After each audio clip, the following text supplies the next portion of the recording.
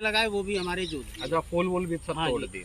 अब एनजीटी ने ये नहीं कहा था कि हमारे खेत छीन लो और खड्डे कर दो, और यहाँ सीमेंट का काम हो रहा है और सड़कें बनाई जा रही हैं और बिल्डिंग बनाने का इनका विचार है इस जमीन का। तो सरकार ने लालच दे दिया, जब ये तो लालच है, लालच ही तो मार रहा है। जब गरीब आदमी का जेब वो कर रहे हैं, ये क्या मतलब है? ये बताओ, हमारे साथ काम में रोक कर रहे हैं, हमारी फसल बिगाड़ दी। अब बता क्या 10 दिन 15 दिन का गेहूं का काम रहेगा?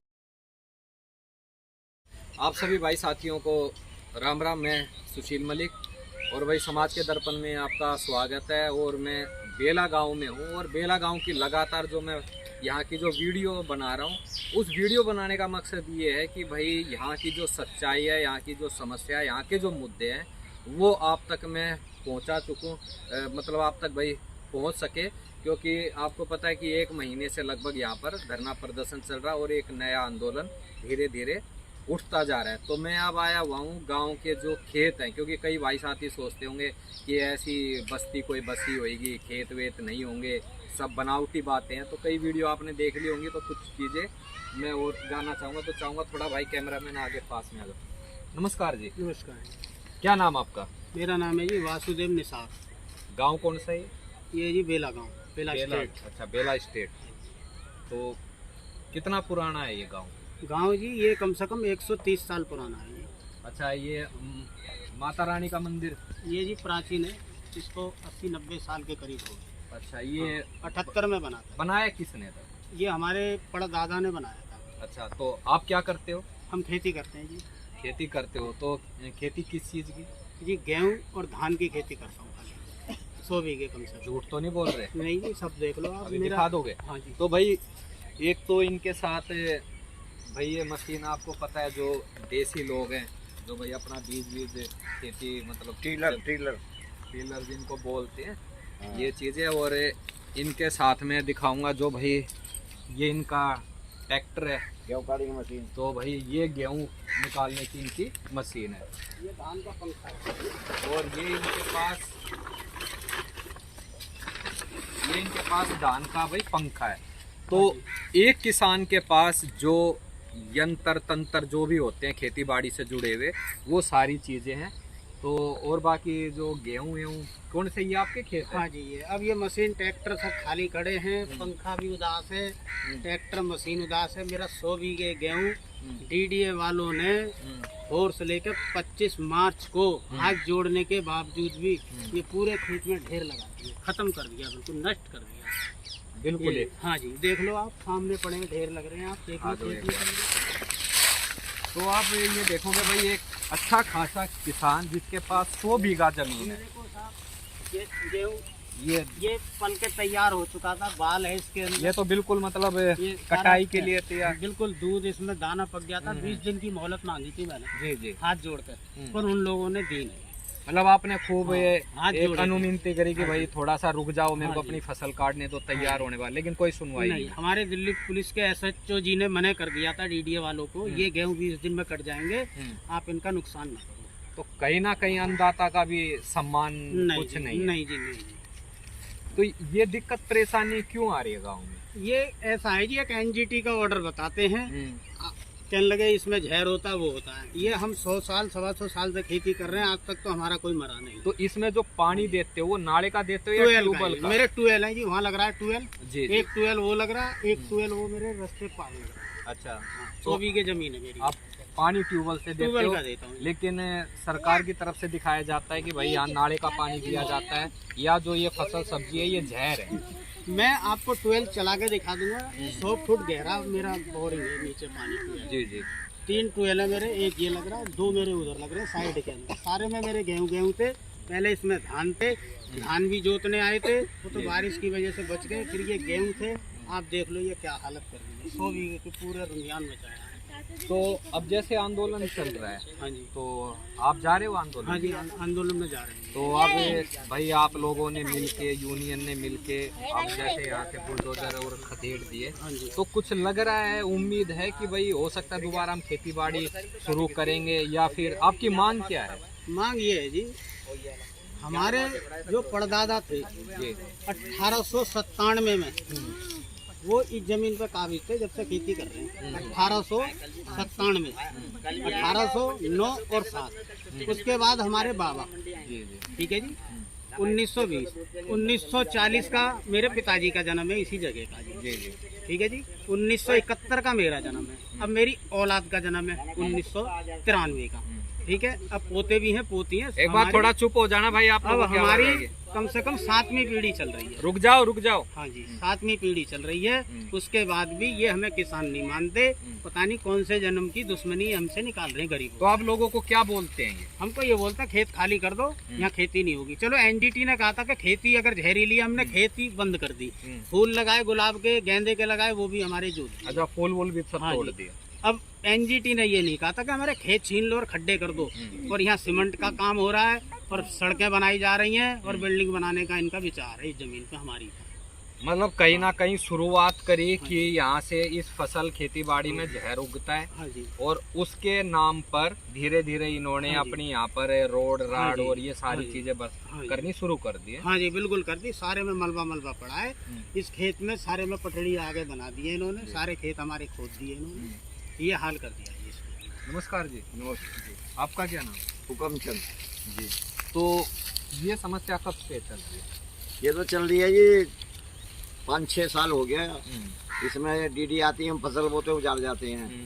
महीने में 3 बार आते हैं। कोई हमारे को सूचना नहीं देते, कोई नोटिस नहीं देते, जब मर्जी आ जाते जब मर्जी आ जाते हैं। तो हम बहुत परेशान हैं। मेरी उम्र 75 साल है।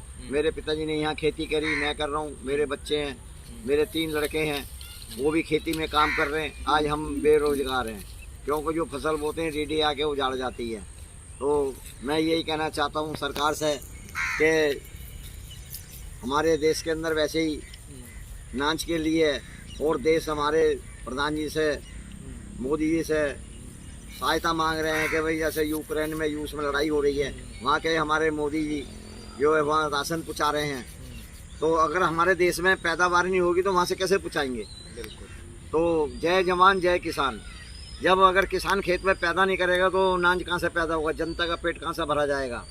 तो हम तो किसान आदमी, हमको गलत काम नहीं कर रहे। यहाँ डीडीए कह रहे हैं हम पार्क बनाएंगे। अगर ये फ्लड एरिया है, मैं ये पूछना चाहता हूँ सरकार से या डीडीए से, ये फ्लड एरिया है, यहाँ पे शीला दीक्षित के टाइम पे 12,000 करोड़ रुपए का ठेका छोड़ा गया था सफाई अभियान के उसमें, कि भाई जमुना सफाई के लिए। आज उसका कोई हिसाब देने वाला है कि जमुना के अंदर वो कहाँ कोई मतलब जमुना सफाई नहीं हो रही, जमुना के किनारे गांव वाले सफा हो रहे हैं। हाँ, यहाँ जमुना सफाई नहीं हो रही, यहाँ किसानों की सफाई की जा रही है। तो मेरा यही कहना है कि यहाँ पे जो है फ्लड एरिया है, यहाँ करोड़ों रुपया लगाया जा रहा है, ये सब नाजायज है और सब बेकार है। हम किसान आदमी खेती कर रहे हैं, कोई यहाँ गलत काम नहीं कर रहे हैं। तो भाई साहब देखो और भी मात्र शक्ति। गेहूं में क्या कमी थी ये बताओ, इसके अंदर क्या गुंजाइश थी जो ये कर है? देखो सही बात है, पूरा ये ढेर लगा दिए खोद के। अब ये बताओ हम कहाँ से बीनेंगे? इनका आप देख लो, पका हुआ हमारा अनाज नष्ट करा। आप देखो, मतलब अगर हफ्ता 10 दिन भी दे देते टाइम तो कम से कम इसमें अपना क्या कसर रह गई थी अनाज के अंदर? कुछ भी नहीं, तो पका हुआ है। ये देख लो आप, ढेर कर दिया एकदम मतलब पूरे पूरा खेत के तैयार है। अंदर। आप देख लो ढेर ही ढेर लग रहे हैं, ढेर ही ढेर लग रहे हैं। सब जीसीबी से खराब 100 बीघे गेहूं का नाश कराएगी 20 दिन की। तो भाई और मात्र शक्ति है, उनसे और बात कर लेते हैं। नमस्कार जी। कैसे हो पुष्पा भाभी? क्या करवा रहे हो? सब क्या हो रहा है? ये करवा क्या रहे हैं? हमारे तो सफाई करी जा रही है यहाँ से। तो ये सफाई को रोक क्यों नहीं रहे? रोक रहे हैं, हमारी कोई मान ही ना रहा, सुन ही ना रहा। बताओ तो सफाई क्यों हो रही है? सफाई डीडीए करवा रही है। क्या लालच है उनको? कि लालच है, जब ही तो सरकार ने लालच दे दिया, जब ही तो लालच है का लालच ही तो मार रहा है। जब गरीब आदमी का जेब वो कर रहे हैं, ये क्या मतलब है? ये बताओ, हमारे साथ काम में रोक कर रहे हैं, हमारी फसल बिगाड़ दी। अब बता क्या 10 दिन 15 दिन का गेहूं का काम रहेगा? इतने हाथ मिनती जो हो रही है, इतना काम करा तब भी नहीं हमारी मानी। तो बताओ हम जाए तो जाए का? हमारी क्यों जमीन अपनी बना रहे? क्यों बना रहे हैं वो जमीन अपनी? जब उनकी जमीन नहीं है तो वो अपनी क्यों बना रहे? जमीन तो हमारी है। तो ये कहीं ना कहीं मोदी जी कहते हैं मैं किसानों को समझ नहीं पाया या मुझे नहीं समझा पाए, तो मोदी जी यहाँ समझ नहीं पा रहे क्या आप लोगों को? समझ हम मोदी जी क्या समझ पाएंगे हमारे को? जब है का हमने समझा दिया हमारे। ये बताओ, हमसे वोट ले जाते, सारे काम कर जाते। अब बताओ हमारे लिए कौन है? हमारे लिए है कोई? यहाँ का सांसद कौन है? संत इसमें पन्नीर कुमार, सांसद गौतम गंभीर, गौतम गंभीर जो क्रिकेट खेलते हैं। हाँ, तो वो उनको भी वोट दे दी मिली है यहाँ से? वोट तो सबको मिली है, वोट तो लेके ही जा रहे हैं, हमको इतने इतने वादा कर चाहे दिए। कांग्रेस आए, चाहे बीजेपी आए, चाहे आम आदमी पार्टी, सबको आपने पूरा वो सबको वोट दिया। तो जब आप वोट लोगों ने बोला नहीं कि यहाँ पर, अच्छा वो कई तो ऐसे भाई साथी हैं जो मेरे से कहते हैं अरे भाई वो ऐसी बस्ती पड़ी हुई है। तो भाई सबसे पहली बात तो है कि ऐसी बस्ती पड़ी है, तो ये जो भाई ट्रैक्टर, ट्यूबवेल और खेत में मैं खुद भैया अभी खड़ा हुआ हूँ, मौजूद हूँ, और भाई 100 बीघा जमीन, तो कम से कम 100 बीघे कितने किले हो गए? एक किले में 5 होते हैं, हाँ तो 20 पंजे 100, हाँ तो करीब भाई 20 किले का किसान काफ़ी बड़ा होता है। और मेन चीज़ मेरे को जो समझ में आई, यहाँ की ज़मीन जो अरबों खरबों की कीमत है, क्योंकि दरियागंज, राजघाट, मयूर विहार, अक्षरधाम के बीच में ये है, तो एक तरीके से किसानों का ये सोना है। अब सोने पे नज़र आती है तो सोने को बचाना बड़ा मुश्किल होता है, तो कुछ लग रहा है कि ये किस ज़मीन सोना है और सोने को लूटने की तैयारी हो रही है। सोने की लूटने की तैयारी हो रही, होती आई, पर अब नहीं होने देंगे जी। अब नहीं होने देंगे। अब चाहे कितनी भी कुछ भी हो जाए, अब नहीं होने देंगे। डीडीए कहती है हमारी जमीन है, हमारा सब कुछ है। डीडीए की कहाँ से आया? जब डीडीए यहाँ है ही नहीं थी बात टाइम पे, तो डीडीए की जमीन कहाँ से आई? डीडीए ने कहाँ से बनाई जमीन? हमें डीडीए क्यों नहीं दिखाती? प्रूफ तो दिखाए, क्यों नहीं दिखाती? अच्छा, इस तरीके से कितनों की फसल बर्बाद कर चुका है डीडीए? यहाँ फसल किसान किसानों की कितने घर परिवार? 350, 500 करीब किसान मजदूर दुनिया भर के हैं। बताओ 1000 से ऊपर है, बताओ कहाँ जाएंगे? इनको तो कुछ करें। हमारे साथ में इतनी गद्दारी करी जा रही है, क्यों करी जा रही है? क्यों नहीं सुनती सरकार? का सो गई है, क्यों नहीं सुनती सरकार? तो भाई ये सारी बातें हो रही हैं। और अच्छा यहाँ पर यहाँ पर आबादी और कौन कौन सी जाति के लोग रहते हैं? जाति यहाँ मल्ला जाति काफ़ी है हमारे बीच में, और मैं वैसे अकेला हूँ, मैं तो जाटव जाति से हूँ, अकेला परिवार है मेरा। लेकिन हम बहुत पुराने परिवार चला रहे हैं, मुद्दत से रह रहे हैं, और काफ़ी दिनों से खेती का ही रोजगार करते आ रहे हैं। तकरीबन जितनी भी जातियाँ हैं यहाँ खेती ही करती है, और जो भी सब्जी पैदा करती है वो हम करीब में देते हैं शहर में। शहर हमारे दिल्ली का वाला एरिया पड़ता है, दरियागंज मंडी में, इधर जमुना पार जाकर झील मंडी में हम अपनी सब्जी बेचते हैं, उससे हम अपना गुजारा करते हैं और हम अपने परिवार को चलाते हैं। लेकिन अब तो काफ़ी दिनों से डीडीए हमारे साथ पता नहीं क्या कर रही है, हमें तो पता ही नहीं था अब से पहले कि डीडीए की भूमि है। हमारे जो बड़े थे वो कहते थे हमारी जमीन है, तो कमाओ और खाओ। पेपर है जमीन? देखो पेपर तो हैं हमारे, जो भी है, लेकिन यहाँ बाढ़ आती थी।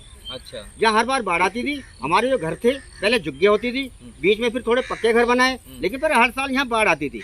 हमारे यहाँ क्या कहते 3 महीने जो रहा करता था, फ्लड एरिया रहता था, मतलब काफ़ी जिस जगह हम खड़े हैं यहाँ भी पानी 5-5 फुट पानी हो जाया करता था।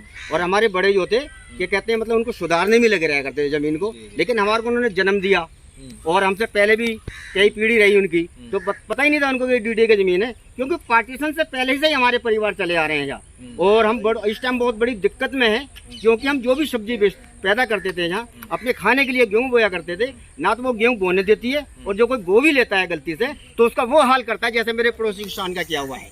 और आपको दिख रहा है, इसमें बिल्कुल भी कोई चैलेंज नहीं कर सकता ये क्या है। और अभी ये पीछे 1 महीने पहले की बात है, और हमने उनसे रिक्वेस्ट भी की थी, मगर ये हमारी फसल 20 दिन के अंदर पक जाएगी और ये हमारे भी काम आएगी, और जो हमसे बचेगी वो देश में किसी भी भाई के काम आएगी, क्योंकि हम उससे पैसा लेते, क्योंकि हमारे घर पे भी 2 पैसे आते, हमारे घर में 2 किलो अनाज भी आता, वो हमारे काम आता। आपकी आमदनी कमाई का जो साधन है वो खेती बाड़ी? देखो जी, इसके अलावा कुछ है भी नहीं। और दूसरी बात, सबसे बड़ी बात तो ये है कि मैं अनपढ़ हूँ उस घर में, मैं अपने घर में बिल्कुल अनपढ़ हूँ। अब मेरी समस्या क्या थी घर वालों को ये बता के नहीं गए मेरे को। क्या तो मेरा पढ़ने का मन रहा होगा, क्या मेरा खेती में खेलने का और काम करने का ही मन रहा होगा, खेती बाड़ी में ही लगा हाँ, दिया। तो ये समय सारा लग गया। अच्छा, घर वालों ने भी सोची, क्योंकि पहले ना क्या कहते हैं पूरा परिवार खेती में लगता है, आज भी और पहले से भी। घर वालों ने भी ये सोचा कि चलो बच्चा खेती में काम कर रहा है तो हमारे को मजदूर नहीं लगाना पड़ेगा, क्या हमारे पास पैसा नहीं है तो हमारे बच्चा काम करेगा। हम बड़ी दिक्कत में जो भी है, मतलब ये डीडीए तो हमने सुनी भी नहीं थी। हमारे पिताजी जो थे वो भी 66 साल के होकर गुजरे हैं अभी 3-4 साल पहले, मेरी भी 54 साल की उम्र हो रही है, तो हमें तो पता अब चला है 5-6 साल पहले से। तो डीडीए हमारे साथ अच्छा नहीं कर रही, हमें पता नहीं डीडीए है क्या, चलो हमें तो ये भी नहीं पता। तो भाई ये यहाँ की समस्या है, आपके सामने पूरा परिवार देख लिया, खेत देख लिया, हर वो चीज़ है जो भाई किसान के लिए भाई जो किसानी चीज़ें होती हैं, लेकिन फिर भी इनको एक साबित करने में लगे हुए हैं कि ये बस्ती वाले, झुग्गी वाले, इस तरह की तमाम बातें। तो मेरा मकसद वीडियो बनाने का था कि भाई सच्चाई भाई आगे लाना। बाकी किसान और सरकार की लड़ाई तो चल ही रही है, कई जगह चल रही है, और अभी किसान आंदोलन चला 13 महीने और एक आंदोलन की यहाँ शुरुआत हो चुकी है। तो हम तो ये चाहेंगे कि भाई सरकार और किसान के बीच में कोई ऐसा रास्ता निकले जो सरकार के लिए भी ना दिक्कत हो किसानों की तरफ से, और किसान के लिए भी दिक्कत ना हो सरकार की तरफ से। तो इस वीडियो को भाई आगे ज़्यादा से ज़्यादा शेयर